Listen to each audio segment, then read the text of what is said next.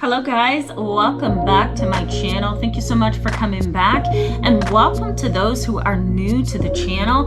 Today we're going to be talking about what creates a stalker. Now a lot of you have requested this video from me behind the scenes. We recently talked a lot about emotionally detached and uncaring and jealous parents, and then I slipped in a video on stalking as a result of a viewer request. So I want to close out this topic of stalking and zone in on what creates them before we move on to the next topic, okay? And let me just throw out here too that all of these topics have something to do with trauma and having really unstable, dysfunctional, and emotionally invalidating home environments as children. So I want to put that out there. This video and many of the recent ones that I've done has a lot to do with not having stable, loving homes, having traumatic childhood experiences, and unresolved issues as a result of childhood, okay? So let's just jump in. Let me ask you before we jump in to go ahead and hit that subscribe button. Go ahead and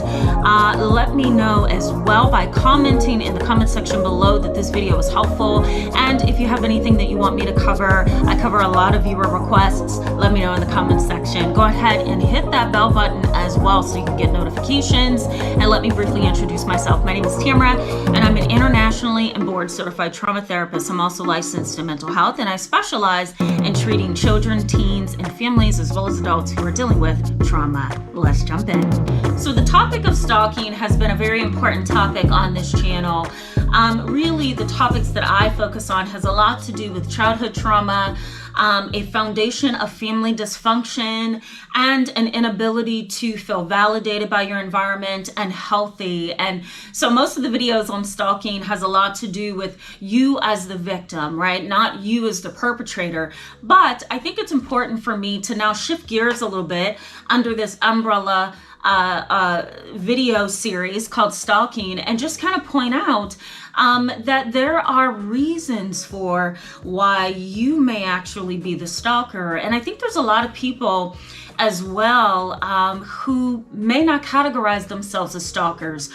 If we have, the term stalker, we automatically connect that with predator. And I think it's important to understand that not all stalkers are predators. Sometimes stalkers are what I talk about right up here in this video. They are resentful and they are intimacy seekers. They really do have a void on the inside. Now, let me highlight for those of you who have been the victim of stalking, this is not okay. But there are some people who will stalk, and they cyber stalk because it's easier, right? You can always type in somebody's name, home address, first and last initial, or whatever, and figure out who they are, what they do, and you can search on and on and on. And sometimes, as you all probably know, you can find different information on different search engines as well.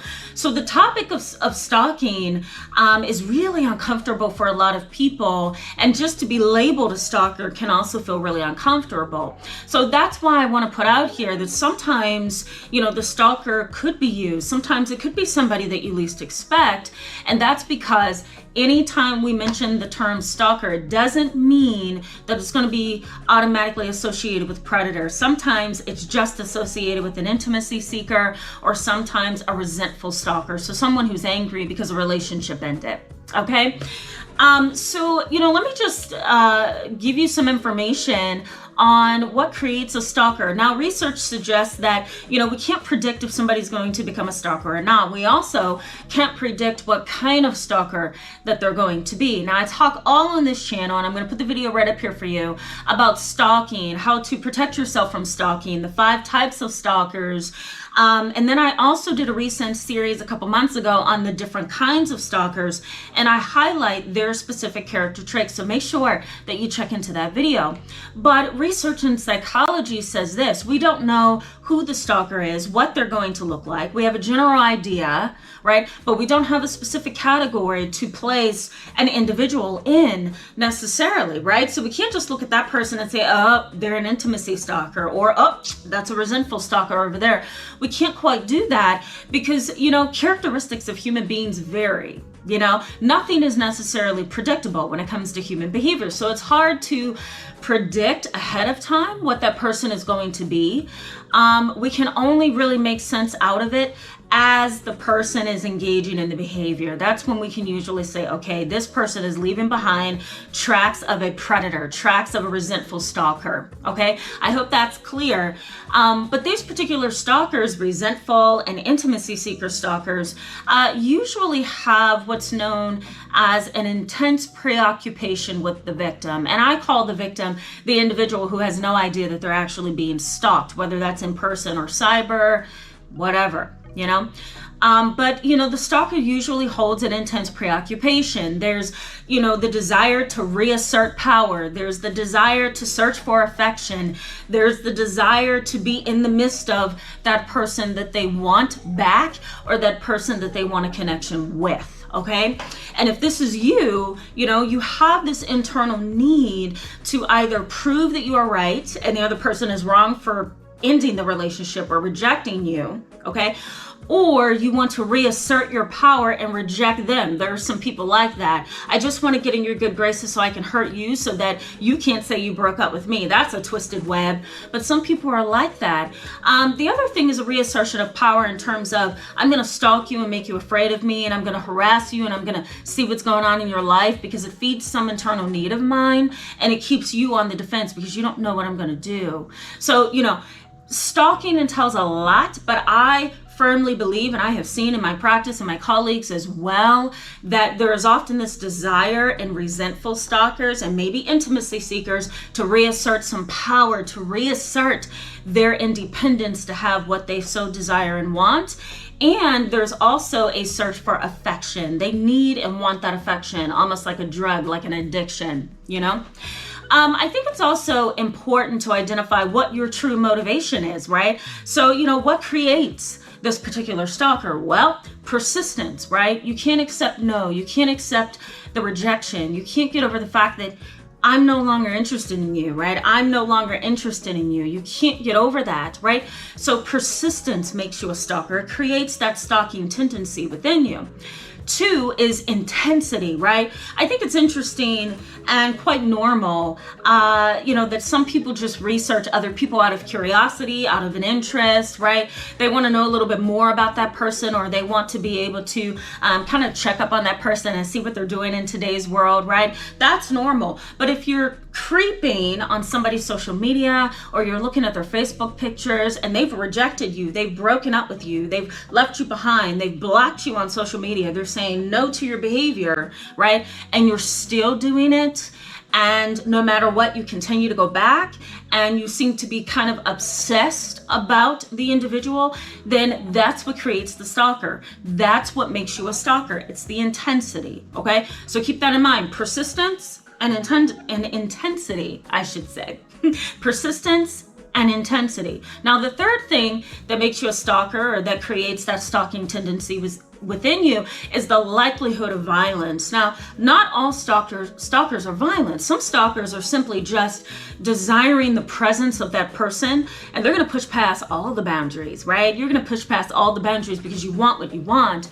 But there are some stalkers, like predators, for example, or resentful stalkers, who may slip over into violence, and they engage in rape, burglary, severe manipulation of the person's entourage, right? So they may go around and try to create confusion and triangulation, and the list goes on, right? They may create a rumor campaign, right? Get other people rallying against that person who's the victim. They may also try to change and reduce your reputation to a really bad place. So these particular stalkers tend to be predators, or they tend to be resentful or vengeful, right? They're angry, right? So when you find yourself getting into one of those two positions, the predator and the vengeful or the resentful stalker, right? Or the stalker who wants revenge, then that's when you're slipping into a bad place in your mind and in your heart. And that's when getting help is needed.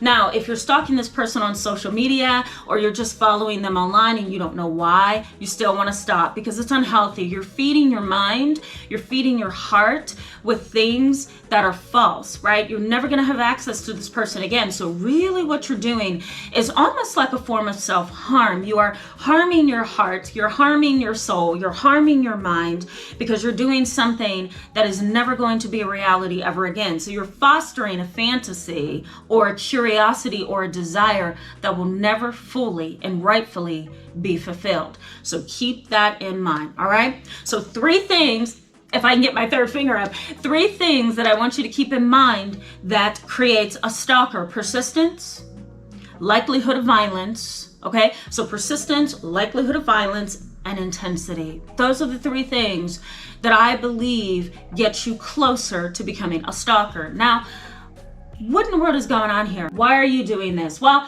let's go down a few things, right? Research suggests that intimacy seekers and resentful stalkers have a fear of abandonment at the core of their behavior. They don't want to be abandoned. They don't like it. It's a lonely feeling. And if you have a personality disorder like borderline personality, or you tend to be dependent in your personality, it's really easy to have a fear of abandonment at the core of your behavior. The other thing that research suggests is that, there's an obsessive compulsive component to your stalking behavior. You obsess, and then the way that you reduce the anxiety of your obsession is to engage in a what's the word I'm looking for? A compulsive behavior. I'll put it that way since I'm going brain dead here for a second.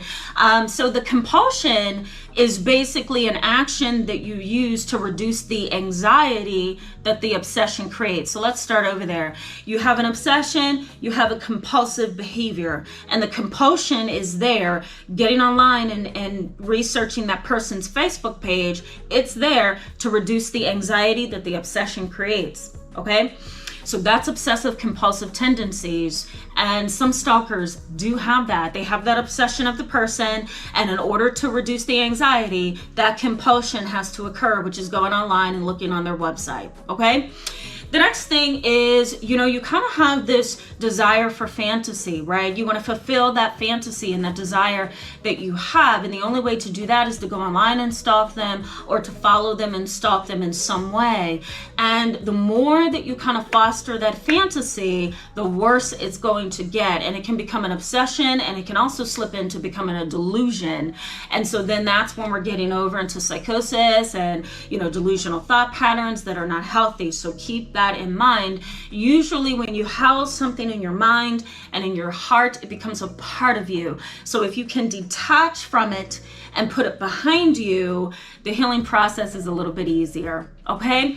The next thing is a personality disorder. Now, some stalkers have borderline personality disorder, dependent personality, avoidant personality disorder. They desire connection but do not necessarily know how to get it or maintain it.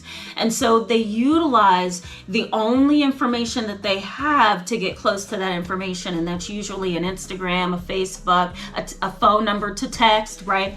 So personality disorders can create stalkers as well. Now, predators, right? Stalkers who are more like predators, they're more dangerous and manipulative. They tend to have sociopathy or narcissism as their personality disorder. Okay, so keep that in mind. Personality disorders. The next thing is what we call polarized thinking or black and white thinking. Basically, it's black and white. There's no gray.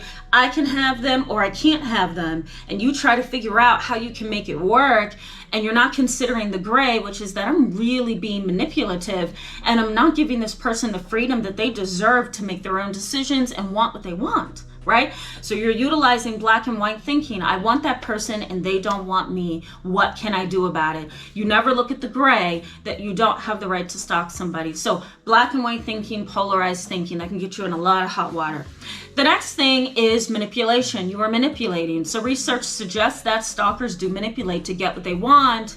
And it's not healthy manipulation, because you're going to hurt them and hurt yourself, or you're going to end up in legal hot water. So you want to be careful there, right? Manipulation. The next thing is entitlement. There are some stalkers who have a sense of entitlement, and they want what they want. And this is where the stalker ends up getting into legal hot water, because they feel that because they have this deep desire, it's okay to do what they're doing. And it's not. Your desire, your emotions, your wants, your needs, it's normal, it's fine, but you don't have the right to trample upon somebody's space. And so that's where, you know, you become a stalker. That's what creates the stalker, that sense of entitlement, that disregard for other people's lives, other people's space, other people's decisions.